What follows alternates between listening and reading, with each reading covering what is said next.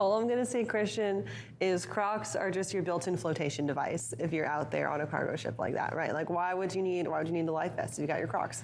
I've never worn or owned a pair of Crocs before, so I'm going to take your word for it. How long do you think you last out there? In Crocs? Not very long. No, on one of those cargo ships. Not at all. I don't like boats. Okay, I think I would about 45 minutes. Boats terrify me, so major props to anybody who is a merchant mariner who works on a cargo ship because I'm absolutely terrified of boats. So 100%, I'm with you. Big shout out to those folks out there. Next up, we have a segment from our very own Bill Priestley. All right, he's here with Alan Adler, taking a look at what's going on with Cummins' new technology for this week's Truck Tech. Welcome into our Truck Tech segment for this Friday. Bill Priestley here, joined by Alan Adler, our Detroit Bureau Chief up in Detroit, Michigan, but took a little bit of a road trip this week. Alan, where'd you go? Well, Columbus, Indiana, which, I'm familiar, as you probably are, with Columbus, Ohio. Columbus, Indiana might be a little less known, but in fact, it is a true company town, Bill. It's the home of Cummins, and Cummins being the largest producer of diesel engines in the country, but also a really forward-leaning company in terms of emissions and a lot of the technologies that they're working on. They invited us down to spend a couple of days truly drinking from a fire hose, in terms of a lot of the material that was provided to us. But, oh boy, what a great trip. Yeah, you're mentioning in your article that Columbus, one of the 6 top architectural sites in the country. If you get a chance to look at some pictures of this place, it's quite amazing. First off, I guess, Cummins came there in 1930 or so? No, 1919 was when they were founded. Okay, so yeah. 1919. Advantages of going to a small town. I know that there are lots of these places where you can find like a major manufacturer that kind of dominates the area. But what has Cummins done that has allowed them to stay there? Obviously, you've got low real estate prices, but also not much labor force when you go out into the countryside.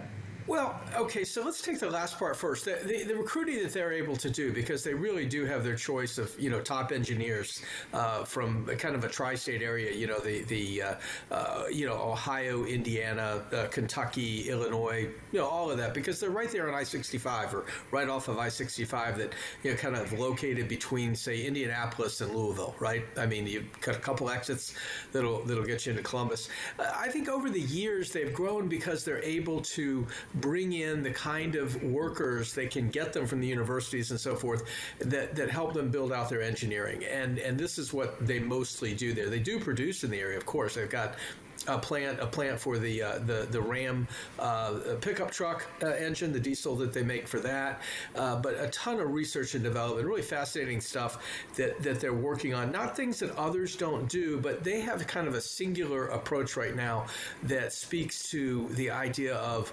what's called well-to-wheel emissions, getting rid of pollution all the way back to the source. And they're working on this in a number of different ways.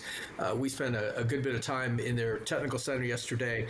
The newest part of the technical center, most of it was built in the 1960s. The newest part literally came in containers from Wisconsin, and it is 5 test cells for electric componentry for electric vehicles.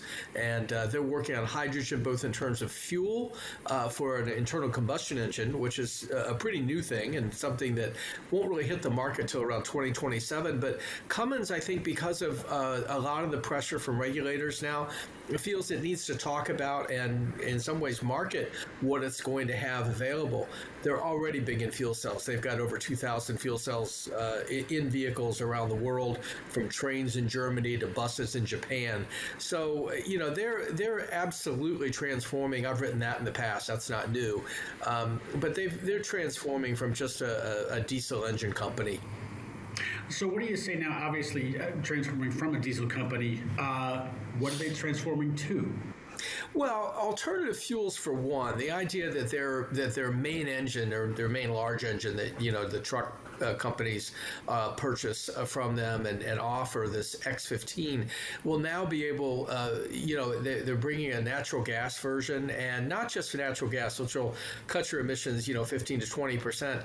But if you run it on a renewable natural gas, which comes from animal waste and things like that, you've got a potential negative net zero emissions profile. So natural gas, then hydrogen, then for buses, not petrol. What am I thinking of? Propane, thank you. Propane is going to be one of the opportunities there. And so right now, the idea is don't just bet everything, don't bet the farm, if you will, on just electrification and hydrogen, but rather do things you can do today to begin to upstream at the source, take care of things that will ultimately lead to a better environment overall. What do you think is their number one objective right now, given the fact that they're trying to basically climb a tremendous mountain? Like you said, some of their stuff is not even going to hit the market for 5 years. Right. Well, obviously they're continuing to work on diesel engines. They're in the process of buying Meritor Inc. right now, which will bring in electronic axles and a whole lot of traditional axle regular axles that are needed for trucks and things like that. So they're expanding through acquisition. They've really built out the hydrogen business in the last few years for fuel cells. They've purchased both tank suppliers as well as a company called Hydrogenics out of Canada, which is really leading something that doesn't come up so much in the newsletter, but we'll write about in the future, this whole idea of electrolyzers to make hydrogen from water and electricity. So just, the new power, literally the new power division at Cummins is getting a lot of attention. Today, those bills are paid for by traditional diesel engines, but they know diesel's not going away. They know it'll continue to get cleaner, but they're really, not quite at a tipping point, but the new power thing is coming on really strong. So they're really looking at fuels primarily in terms of not necessarily how they're used, but in terms of what they're doing for the environment.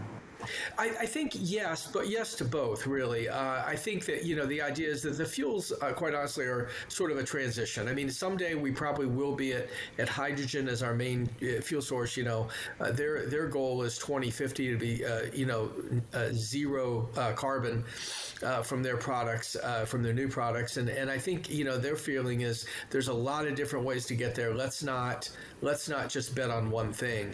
And I think of it kind of as a roulette wheel. I mean, you've got your marks on red, black, and everything in between.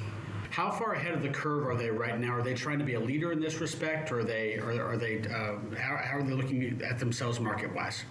Well, I think from a fuel cell and hydrogen perspective, they're absolutely, carving out a leadership position for themselves.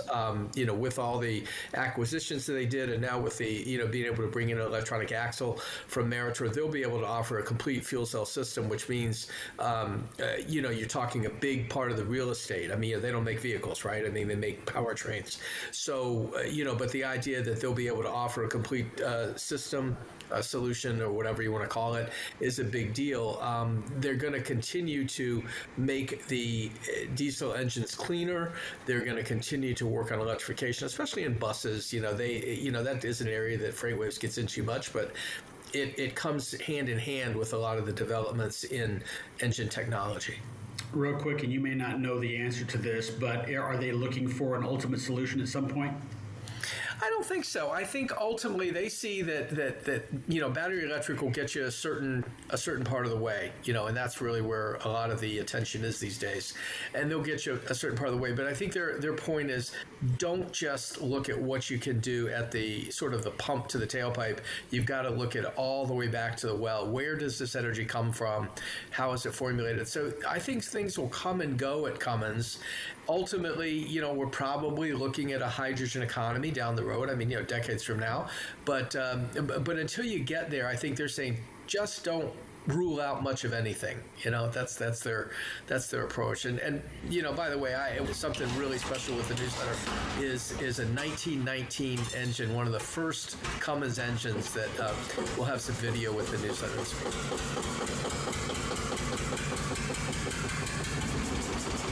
Well, I've happened to drive that road, I-65, quite a bit, and I still didn't know that Columbus was there, and it's great to know that, if you get a chance to check it out, it's wonderful. But like I said, Cummins and what they've been doing, great stuff, Alan.